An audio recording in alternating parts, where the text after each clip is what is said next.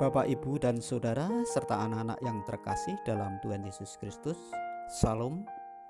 Selamat berjumpa kembali dalam program Repa Renungan Pagi GKJ Minomartani. Hari ini kita akan membaca bersama-sama dan merenungkan firman Tuhan yang tertulis dalam Alkitab Perjanjian Baru, Roma 1 ayat 16 dan Matius 24 ayat 13 dan 14. Roma 1 ayat 16. Injil adalah kekuatan Allah yang menyelamatkan setiap orang yang percaya. Matius 24 ayat 13 dan 14. Tetapi orang yang bertahan sampai pada kesudahannya akan selamat.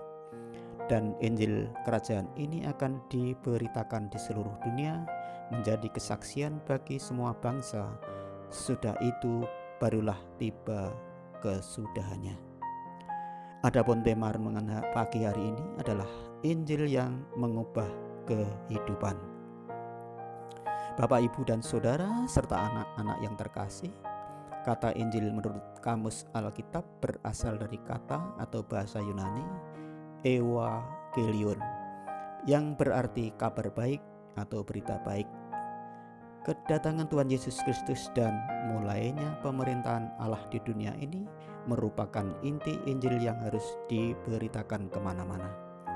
Kemudian tulisan-tulisan rasul-rasul yang membukukan kesaksian tentang diri Tuhan Yesus Kristus disebut juga kitab-kitab Injil. Itulah Bapak, Ibu, dan Saudara arti kata Injil menurut Kamus Alkitab. Bapak, Ibu, dan Saudara, serta anak-anak yang terkasih, Rasul Paulus sangat mengagumi kuasa Injil atau firman Allah.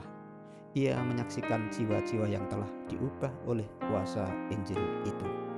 Dalam Alkitab Perjanjian Lama, Nehemia 8, juga kitab Ulangan bab 31 ayat 9-13 mengulas bagaimana orang-orang buangan atau orang-orang yang dikucilkan memerlukan Injil Allah pula, di mana dimaksudkan agar supaya mereka hubungannya dengan Tuhan Allah menjadi murni dan kudus pula.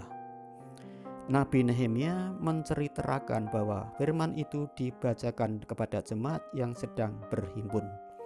Allah tetap memberi perintah agar supaya firman-Nya di depan khalayak umum pada waktu-waktu tertentu supaya semua orang mendengar dan memahaminya. Bapak, Ibu, dan Saudara, serta anak-anak yang terkasih, kita yang telah menjadi orang-orang percaya saat ini, pernahkah terpikir dan merasakan betapa Injil telah mengubah kehidupan Bapak, Ibu, dan Saudara? Semoga saja kita merasakannya. Memang seharusnya kita senantiasa membaca, belajar, memahami terus-menerus firman itu untuk menguatkan iman kita.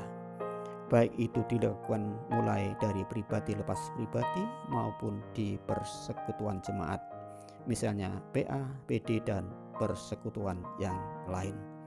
Namun sayangnya Bapak dan Ibu, di saat ini kita diperhadapkan dengan situasi dan kondisi yang membatasi diri kita untuk mengadakan persekutuan dengan banyak orang seiring adanya pandemi Corona-19. Puji Tuhan, dengan bimbingan Roh Kudus tidak menyurutkan kita sebagai orang-orang percaya tetap eksis mendengarkan, membaca, mempergumulkan firman Tuhan itu. Bahkan kita dituntut untuk lebih rajin lagi melakukannya, dengan tidak terhalang dengan situasi dan kondisi yang ada di tengah-tengah kehidupan kita yang syarat dengan kecemasan dan ketidakpastian. Kita tetap bisa melakukan belajar firman Tuhan bersama dengan keluarga kita di rumah kita masing-masing, dan ternyata Tuhan telah menyediakan sarana dan prasarana itu, misalnya renungan pagi seperti saat ini yang bisa kita akses melalui media buku-buku renungan, media radio, media televisi, serta media sosial, melalui live streaming lewat YouTube yang telah di-share atau diposting oleh gereja-gereja yang bisa kita akses di setiap saat dan setiap waktu. Bapak, Ibu, Saudara, serta anak-anak yang terkasih, setelah membaca firman tadi, yaitu Injil yang telah mengubah hidup orang-orang percaya, akan menjadikan kita lebih bermakna di hadapan Tuhan Allah dan sesama kita. Hendaknya kita selalu membaca, mendengar, mengumuli, serta melakukan firman Tuhan dalam kehidupan sehari-hari bersama umat dan jemaat yang percaya, serta merindukan untuk melakukan kehendak Allah, sehingga membuat sukacita dan kekuatan bagi iman kita. Hendaknya kita dapat bertahan setiap saat sampai kesudahannya, sehingga kita beroleh selamat. Demikian renungan hari ini. Selamat menjalankan aktivitas, teriring berkat Tuhan. Mari kita akhiri dengan doa. Tuhan Allah Bapa di surga, terima kasih atas firman-Mu hari ini.